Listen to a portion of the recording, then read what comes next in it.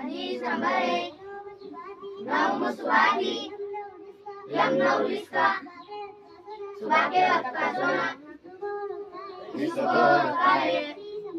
حدیث نمبر 2 السلام قبل الفراق بات کرنے سے پہلے سلام کیا کرو. حدیث نمبر 3 الطہور شطر الایمان باقی آدھا ایمان. الوضوء مفتاح الصلاۃ وضو نماز کی کنجی ہے. الصلاۃ عماد الدین نماز دین کا ستون ہے. حدیث نمبر 6 الدعاء مقبول عبادت دعا عبادت کا مصدر ہے.